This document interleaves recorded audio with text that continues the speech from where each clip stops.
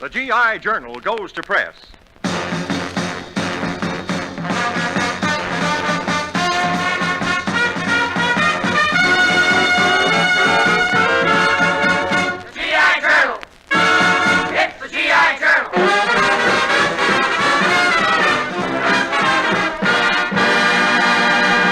Yes, sir, it's the GI Journal again, the radio newspaper of the AEF.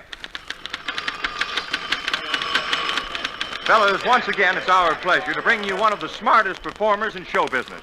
Now, I say smartest because he's the only guy I know who gets paid for letting the frog in his throat work.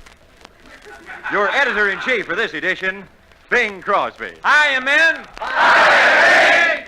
That's not a frog in my throat either. Last night, Sinatra shook hands with me. Around my neck. Fellas, I'm sure glad to be back on the good old GI Journal as your editor-in-chief, rolling the presses again with such stalwarts as luscious Linda Darnell, our staff reporter, and well-staffed, too, may I say? Arthur Q. Bryan in charge of advice to the lovelorn column, Wilbur, a manly little fellow who louses up your poetic contributions, Bill Wright, who we'll meet later as Wilbur's father, lovely Anita, singing star of many a personal album, Harry Mitchell, our commentator, and coming up on the outside now, picking up his horses, our star reporter and roving contact man, the mighty Rochester. You see? Hello? City desk. Hello, boss. This is Rochester. I'm overseas in the middle of an enemy patrol. You got the heart of a lion, Roch. Aren't you afraid? Not a chance, boss. I'm camouflaged like an old log. Are you sure you look just like a log? I'll say. Well, what's tickling you? Termite. Boy, that's what I call real cover and concealment. Now, with the help of John Scott Trotter, the music maids Trudy Irwin, and me, we're going to latch on to our vocal scissors and start cutting up with paper doll.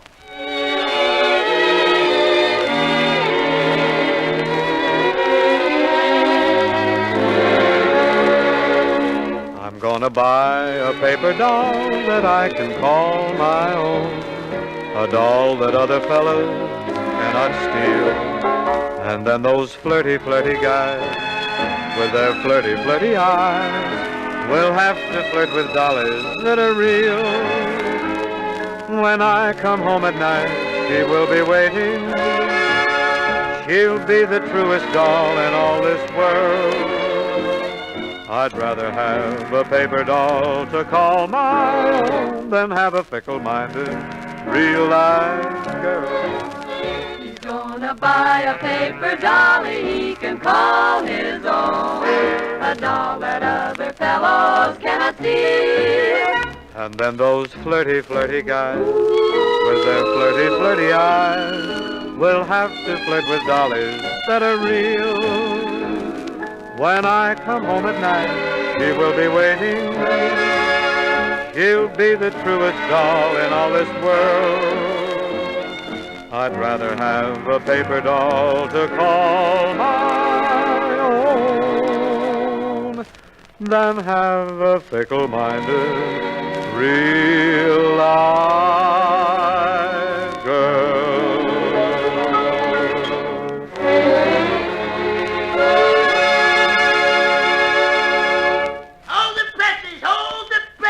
All right, kid, we're holding them. What's up? I'm the substitute editor for Ishkabibble, the poem editor. Why don't you use your handkerchief? I did. What do you keep sniffling for, then? My nose. It don't draw very well. What's your name? Wilbur, what's yours? Bing, but for short they call me Harry Lilith Crosby. I like him. He's silly.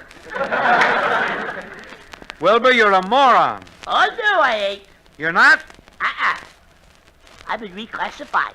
I'm an idiot now. The foregoing is not to be construed as an endorsement by the United States Army. Look, Wilbur, did any good poems come into our views from the Muses column? Ooh, I'll say. A real good one come in from Yeoman First Class Tom Woods on a supply ship. Titled, Why? That's just the way I feel about you. Ooh, why do people stare at me, no matter where I go? Ooh, why do people stare at me? I don't owe 'em any dough. Ooh, why do people stare at me? My nerves are worn to shreds. Oh, why do people stare at me? Just 'cause I got two heads. Pick out one you like and wear it, huh, Wilbur? Who's the next verse from? Art Shaw, Somewhere in the Pacific, Target's up. titled Jelly Apple. A jelly apple is an apple which in candy's dipped, but a pear is only a banana whose girdle's gone and slipped. That's that synthetic rubber shortage for you, Wilbur. All I ask that I'm around for the unveiling when that boy Hope's last girdle snaps. But getting back to happier things, remember us here in case some of you G.I. Swinburnes run across a poem or a verse. Just email us, the old G.I. Journal, Armed Forces Radio, Los Angeles, USA. Hello, boss. This is Rochester. What are you doing? I'm over here in the infantry as a scout. I'm wriggling through the underbrush on my stomach.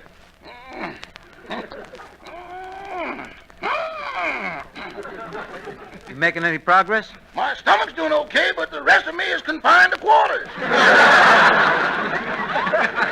Rochester, you're doing it the hard way. Why don't you get up on your hands and knees and crawl? What about them machine gun bullets? Oh, they're not going to shoot at you. Go ahead, get up and crawl. Okay, here I go.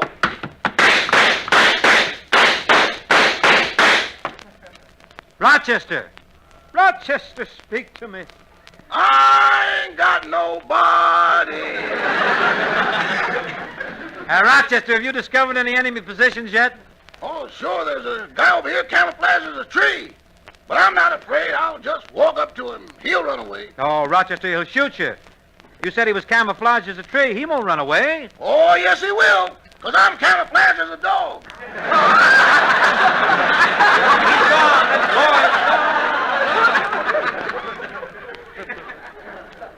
Chief, I heard some suspicious noises in a big cave. And I looked inside, and there's 3 bears in there, eating honey. Well, you get on away from there, Rochester. Bears like honey, you know. Oh, I think I'll just saunter in anyway. Hey, boss. Yes, Rochester? They also like meat. Rochester, you're on dangerous ground. You better report back to your outfit. Yeah, but there's barbed wire strung up all around me. But I'll make a run for it round to the left.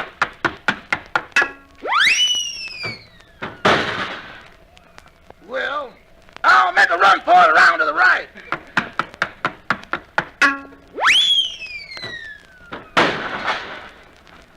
Well, I'll try it straight down the middle.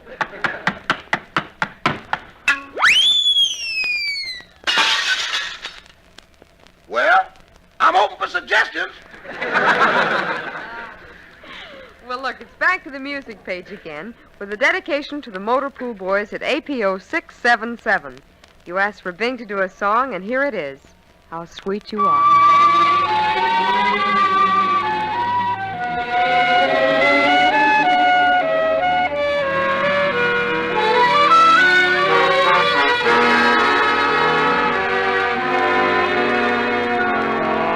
How sweet you are, how sweet you are, how dear your tenderly smiling face. Through days all bitter and gray and grim, through nights when even the stars are dim, how sweet to know my heart can glow from just the warmth of our first embrace. The world's a lovelier world by far when I remember how sweet you are.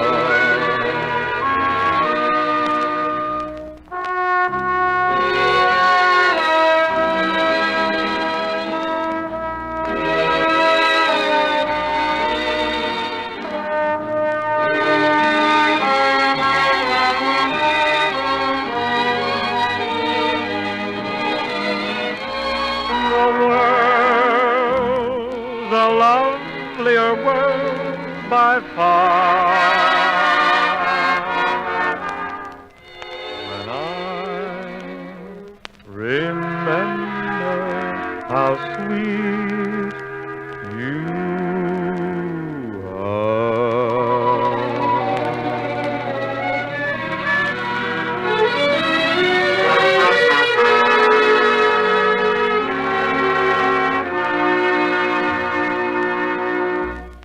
Oh, Linda Darnell. Yes, Bing? Here I am. Ah, Linda, you have a little of the exotic, a little of the romantic, a little of the continental, and a little of the mysterious about you. Oh, thank you, Bing. And you have a little of the wolf about you. Say, Bing, they tell me you were away over the weekend. Oh, yes, Linda. I spent a lot of time riding, you know. Riding? Riding what? Oh, horses, of course. Well, how would you know? How would you know? No, well, Linda, I've been dealing in horses for years. Well, that's not what Bob Hope says. Oh, Bob Hope, is old Duck Bill in here again? Linda, it's a well-known fact that I have a stable of horses. Lots of people right here in this very room have probably bet on my horses. Once, anyhow. What's the matter, Bing? Are they slow? Well, they're not slow, Linda. They're just not interested. Maybe it's because I'm too nice to them, huh? What do you mean, too nice to them? Well, every morning I get up and I feed them, I brush them, I rub their manes, I smooth them down with oil.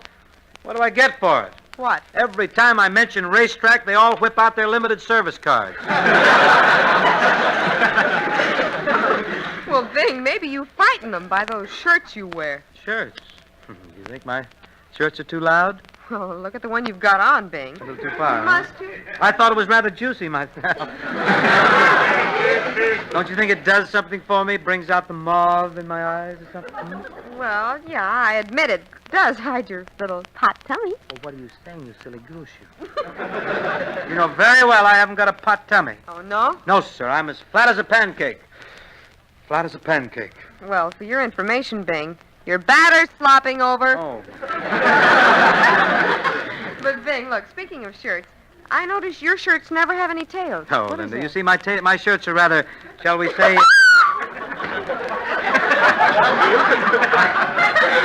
My shirts are, shall we say, they're vivid, they're aggressive, they're athletic. And it's okay when they just flap around loosely in the breeze, but when you bottle them up inside your pants, they explode. Well, let's forget it right now, Bing, and get back to our letters. Let's get back into the Yeah. letters. Our first letter's from Corporal Charlie Bohannon at a Pacific Isle. And he says he was looking forward to seeing some hula-hula girls, but when he got there weren't any. In fact, the only thing that is swaying is his stomach from that long ocean voyage. How do you Well, like Linda, that? I've got news for you. I've seen plenty of hula girls. Really? But they were all behind Dottie L'Amour, hiding from Hope. Why were they hiding from him? Are you kidding?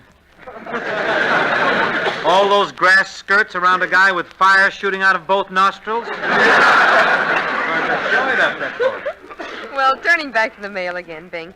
John Sapoto over in Italy sends this message. Here, you want to read it? I'll Bing? be Go glad ahead. to, Linda. John says one of the favorite Nazi booby traps is a mine rigged up in an apple orchard. When a soldier pulls down a branch, ta-da-boom! Nobody sits under the apple tree with anybody. I can't stand it, I tell you. It's driving me nuts. Up and down all day. Up and down, up and down, up and down. What's the matter here, Jack? Are you an elevator operator? No, I'm a yo-yo. Well, they either come in here like that or they're drunk. One of the... Got any more letters? Yes, Bing. One more from the South Pacific. It quotes a lieutenant colonel there who writes about his South Pacific base in a pretty descriptive way, you must admit. Says he, it's the only place in the world where you can stand in mud up to your knees and get dust in your eyes.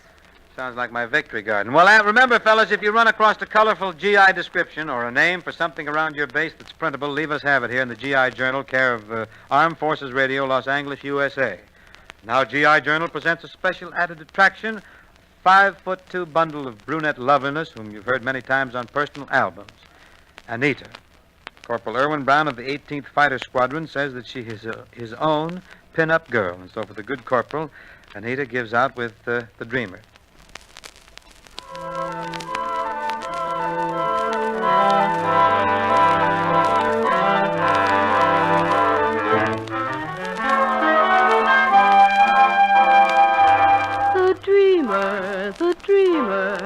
I reckon that's my name since you're gone away.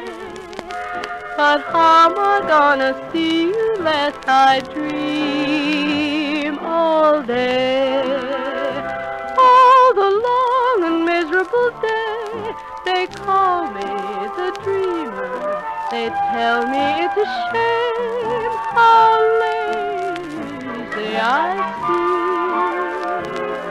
But how am I gonna hold you lest I dream, dream, dream? So I stroll among the trees like I didn't have a chore to do, and I let the summer breeze come and kiss me like a real and true kiss from you. The dreamer, I reckon that's my name. Why change it? What for?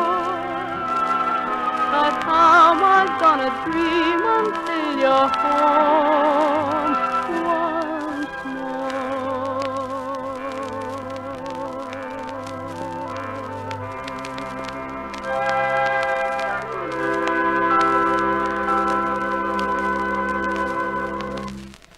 Now it's time to lend an ear to our advice for the lovelorn editor. Oh, lovelorn. Yes, Mr. Crosby. I suppose you're loaded down with woe as usual? That's right. Loaded down to the whims with love problems and romance. Go right ahead.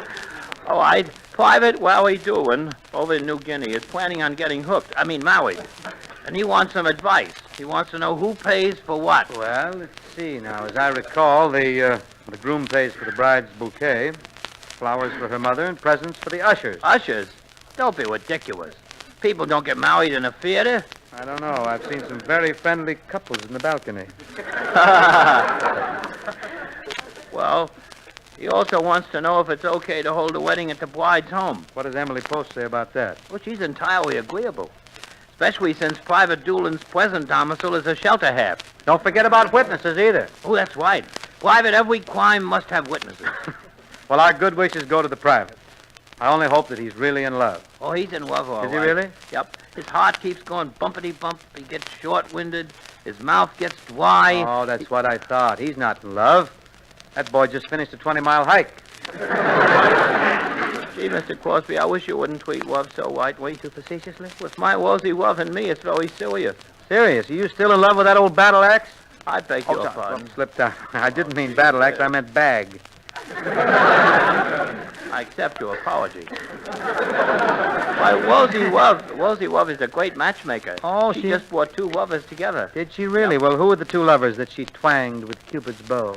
Let's keep it clean, old man.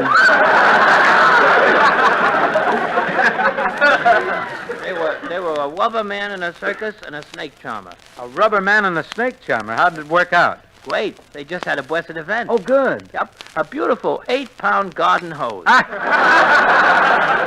Well, before we stretch things too far, let's woo the gentle music in lyrics and song. Trudy Irwin joins me at the microphone. Put your arms around me, honey. Hold me tight. Huddle up and cuddle up with all your might. Oh, won't you roll those eyes? That I just idolize. When you look at me, my heart begins to flow. And then it starts to rockin' like a motorboat. Oh, I never knew any girl like you. Put your arms around me, honey, hold me tight. Cuddle up and cuddle up with all your might. Oh, pretty baby, won't you roll those eyes? Eyes that I just idolize. When you look at me, my heart begins to float. Then it starts to rockin' like an old PT boat. Oh, I never knew any girl like you.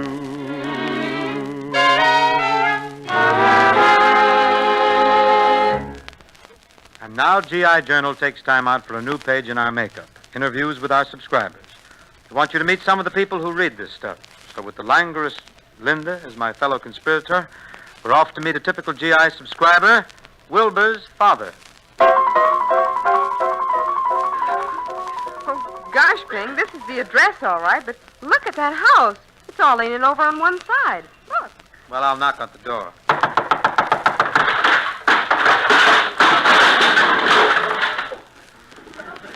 Evened that joint up, didn't we? My name is Crosby, sir, and we'd like to get some facts about your home life for GI Journal. Oh, yes. Well, we have a perfectly normal home life. That is, up to the time Wilbur was born. And what happened then?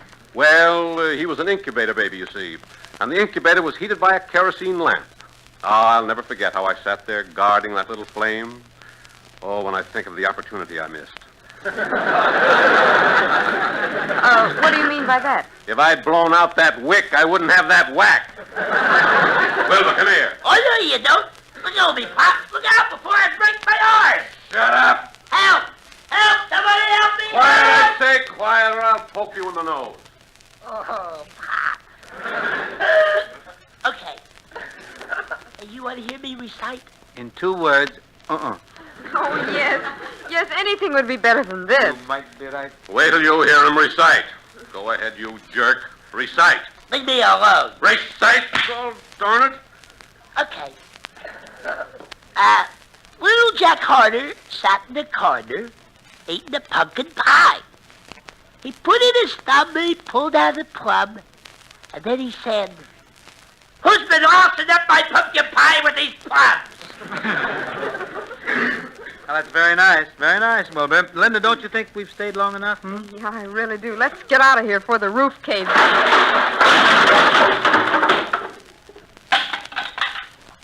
You had to open your big mouth. After we pick Wilbur up by his ears and deposit him back in his hutch, John Scott Trotter and the whole company are ready to indulge in a bit of band production. Everybody joins in with McNamara's band.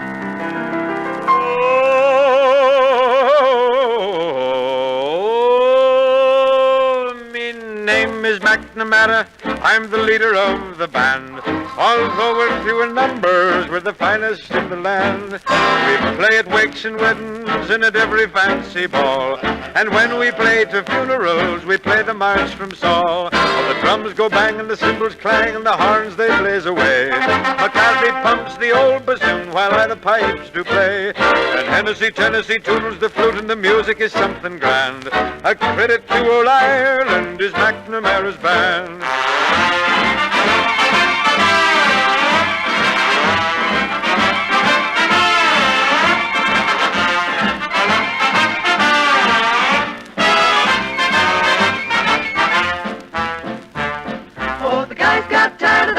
Style and decided they wanted to jump. They couldn't keep alive playing six-day jive, the band tooty-tooty-bump. Now they're breaking it up at the Jim Jam joints and the annual harvest ball. In Downbeat and the radio poll, they were voted the best of all.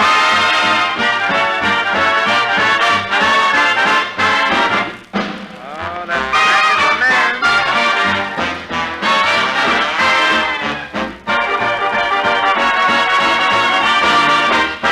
Build it up there, Mac. Oh, the skins go root, and the trombones hoot, and the trumpets blast away. McCarthy jumps while the doghouse thumps, and the clarinet swing and sway. Hennessy, Tennessee, to hoodles the flute, and the music is something grand. A credit to old Ireland. It's McNamara's. McNamara's It's the best band in the land. Ladies and babies are fun to band.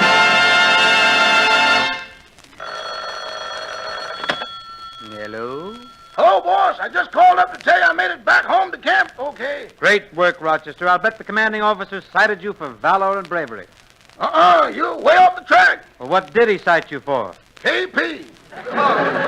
KP? Rochester, I don't believe it. Well, you know pistol packing mama? Yes? Well, meet garbage toting papa. Well, I'm sorry. I'm sincerely sorry that things didn't turn out better for you, Roch, but I'm glad you called. I want you to help us out with our community sing because we're going to sing Harvest Moon all together. Harvest Moon? Yes. Man, I haven't been on pitch for years. Well, don't worry, Roch. They used to say the same thing about me. Used to? Hmm? All right, here we go. The song is Harvest Moon, which I'm sure you all know, and those of you who don't, you can read the words right off our big blackboard now. Here, I'll go over the words lightly first, then you all join right in on the second chorus. You ready? Shine on, harvest moon, up in the sky. I had no lovin' since April, January, June, or July.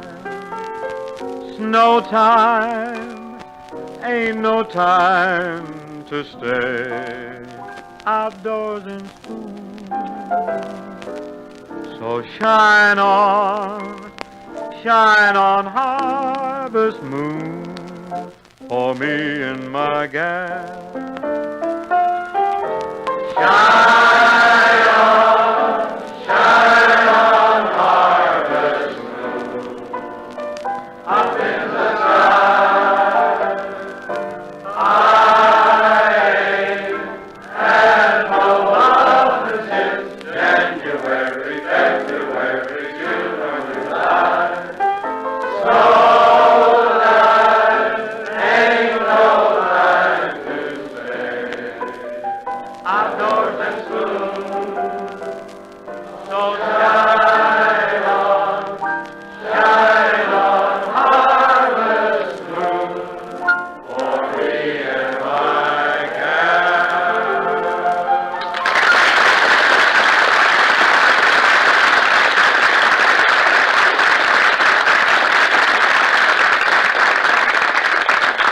Oh, that was swell, fellas. Thanks for cooperating with so much enthusiasm. And now the time has come when we close shop, batten down the hatches, and police the area.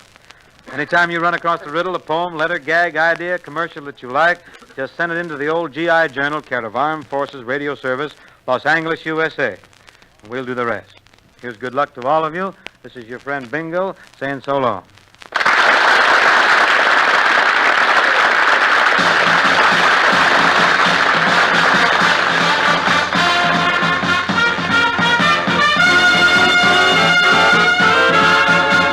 GI Journal. It's the GI Journal.